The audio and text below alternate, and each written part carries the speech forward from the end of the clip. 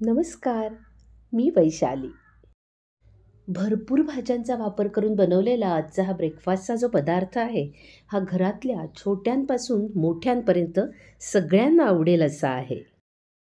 सगळ्यात आधी काजू आणि बदाम मिक्सरमधनं बारीक करून घ्यायचे. नंतर त्याच मिक्सरच्या भांड्यात आलं, लसूण, मिरच्या आणि पुदिना बारीक करायचा. छोट्या आकारातले 5 बटाटे उकडून त्याची सालं काढली आहेत आणि नंतर हातानेच तो कुस्करून घ्यायचा. गाजर, कांदा, मटार, फ्लॉवर, ढोबळी मिरची हे चॉपरमधनं बारीक करून घेतलेलं आहे आणि चॉपरमधूनच टोमॅटो पण बारीक करायचा. शिल्लक राहिलेल्या या 4 पोळ्या आहेत. आमच्याकडच्या पोळ्या या मध्यम आकाराच्या पोळ्या असतात. ताज्या पोळीचा वापर करायचा असेल तर तुम्ही ताजी पोळी वापरा आणि ह्या सगळ्या पोळ्या आपण मिक्सरमधनं एकदम बारीक करून घेतल्या आहेत. गॅसच्या मोठ्या बर्नरवर अशी एक इथे प्लेट ठेवली आणि कढई तापत ठेवायचे. गॅसची ज्योत मध्यम आहे आणि कढईमध्ये बटर तापत ठेवलं आहे. बटर तापत असतानाच त्याच्यामध्ये घालायचे जिरं आणि अगदी एक अर्धा मिनिट हे व्यवस्थित असं परतून घ्या. बटर तापत असताना जिरं घातलं तरीही जिरं अगदी त्या अर्धा मिनिटामध्ये व्यवस्थित फुटायला मदत होते.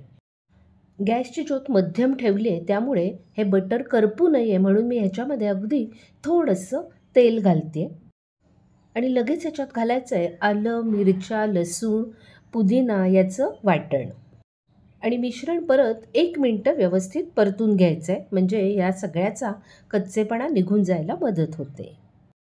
आता मिश्रणात घालायच्या आहेत आपण चिरून घेतलेल्या भाज्या. या भाज्यांच्या व्यतिरिक्त तुम्ही श्रावण घेवडा, स्वीटकॉर्नचे दाणे यांचाही वापर करू शकता.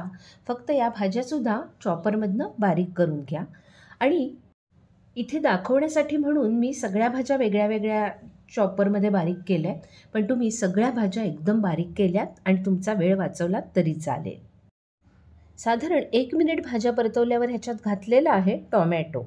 टोमॅटो मुद्दाम उशिरा घातला आहे कारण टोमॅटो शिजायला वेळ लागत नाही. मटार, स्वीटकॉर्नचे दाणे मात्र चॉपरमधनं बारीकच करून घ्या कारण कधीकधी ते पटकन फुटून आपल्या अंगावर तेल उडायची शक्यता असते.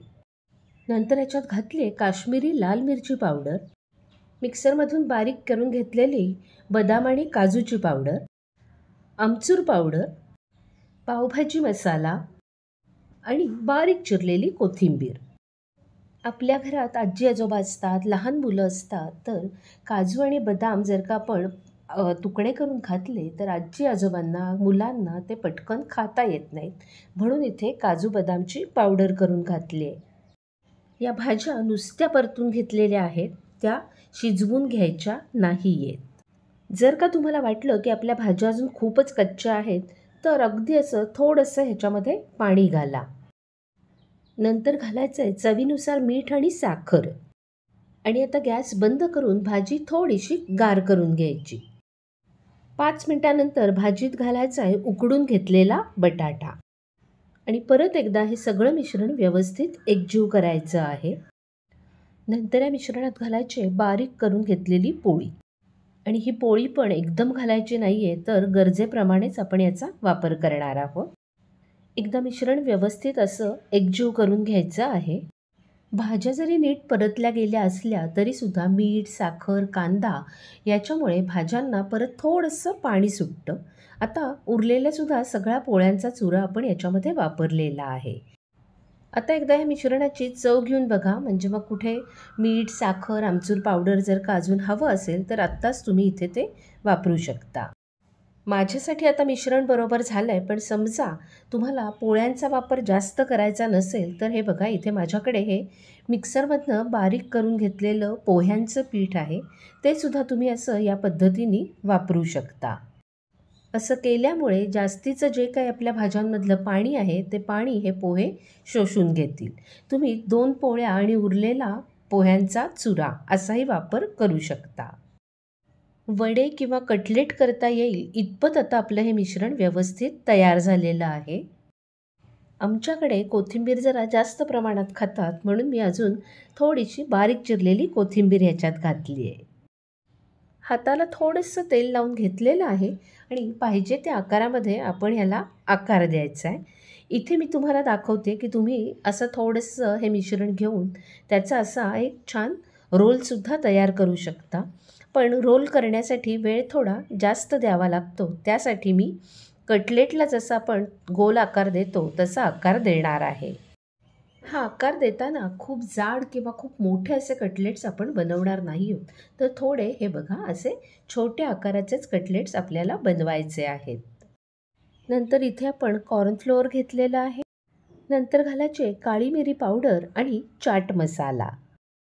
थोडंसं मीठ घालायचं आणि गरजेनुसार याच्यात पाणी घालायचं आणि सगळं मिश्रण एकदा व्यवस्थित असं एकजीव करून घ्यायचं आहे.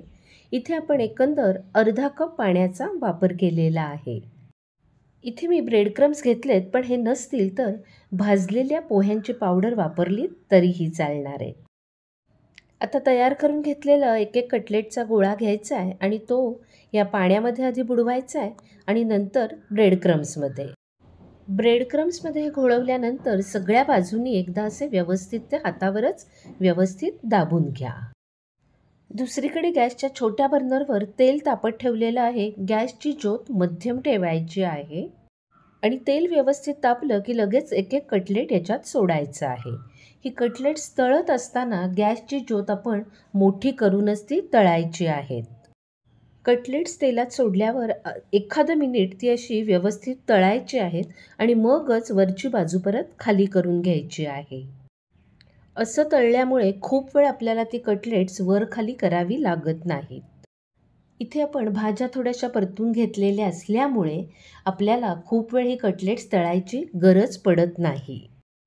आपल्याला हवा तसा कटलेट्सचा रंग बदलल्यानंतर तेलामधनंही बाहेर काढून परत पुढची कटलेट्स याच पद्धतीने तळायची आहेत. कटलेट्स न तळता शॅलो फ्राय करायची असतील तर तशीही तुम्ही करू शकता.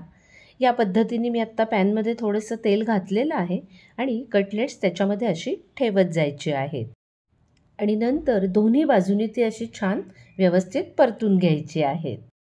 अशी ही अगदी साध्या सोप्या पद्धतीने केलेली पावभाजी मसाला कटलेट्स तुम्हाला कशी वाटली ते मला नक्की सांगा.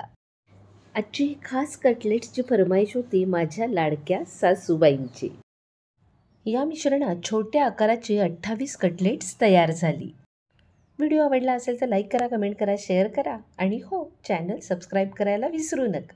भेटूया पुन्हा पुढच्या भागात. नमस्कार.